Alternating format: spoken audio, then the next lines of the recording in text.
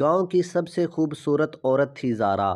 وہ حویلی میں رہتی تھی جہاں ایک سیدھا سادہ مگر سمجھدار نوجوان ارمان نوکر کی حیثیت سے کام کرتا تھا۔ زارا کی خاموشی ارمان کے دل میں ہلچل مچا دیتی تھی، مگر وہ اپنی حدوں میں رہنا خوب جانتا تھا۔ زارا کا شوہر عمران مہینوں سے شہر میں تھا، نہ کوئی فون نہ کوئی خبر۔ دن میں حویلی بالکل عام سی لگتی، مگر رات ہوتے ہی اس کی دیواریں جیسے کوئی راز چھپانے لگتی۔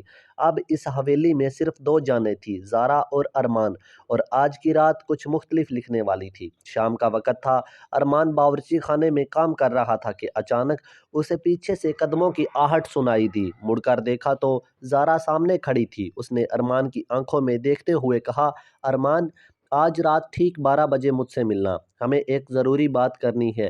ارمان گھبرا گیا۔ زارا نے بس اتنا کہا، یہی صحیح وقت ہے جب پوری دنیا سو رہی ہو۔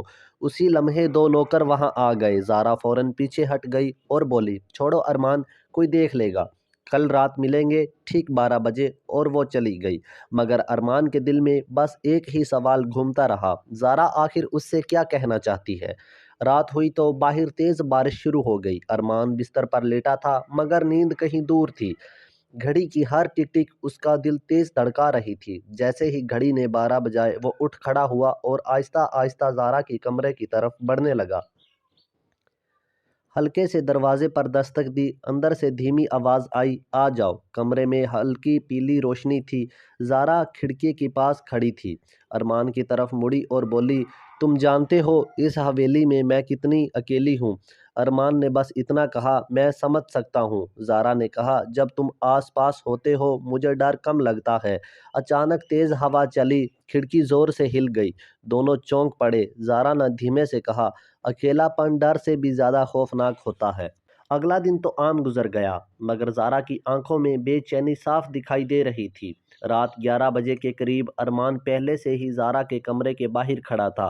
دروازہ کھلا تھا، زارا آئینے کے سامنے کھڑی تھی۔ ارمان اندر داخل ہوا تو اس بار زارا نے خود دروازہ بند کر دیا۔ اچانک دروازے پر زور کی دستک ہوئی، باہر سے نوکر کی آواز آئی، میڈم سب ٹھیک ہے؟ زارا کی آواز کانپ رہی تھی، ہاں سب ٹھیک ہے، تم جاؤ۔ مگر اب کمرے میں خوف اور گہرا ہو گیا تھا۔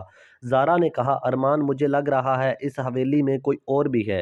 اسی رات زارا کے موبائل کی گھنٹی بجی، سکرین پر عمران کا نام تھا۔ زارا گھبرا گئی۔ عمران بولا، میں کل گھر آ سکتا ہوں؟ زارا کی سانسیں رک گئی۔ اس نے بس اتنا کہا، آپ اپنا کام مکمل کیجئے، اور فون کاٹ دیا۔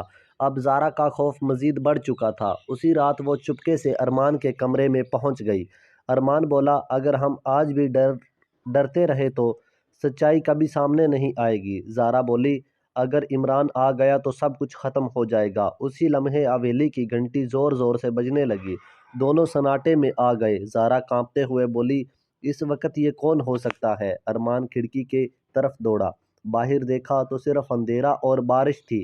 گھنٹی برابر بجتی رہی۔ کیا باہر عمران کھڑا تھا یا کوئی اور، جو اس حویلی کی سب سے بڑے راز کو جانتا تھا؟ زارا نے ڈرتے ہوئے کہا، ارمان کچھ رشتے نام سے نہیں، احساس سے زندہ رہتے ہیں، مگر عزت ہر چیز سے بالا تر ہوتی ہے۔ اور ارمان چپ چاپ سر جھکا لیا۔ گھنٹی برابر بجتی رہی اور کہانی یہاں ٹھہر گئی، ایک سوال کے ساتھ، کیا یہ رات انہیں ملا کر جدا کر دے گی یا ہمیشہ کے لیے ارمان اور زارا ایک ہو جائیں گے؟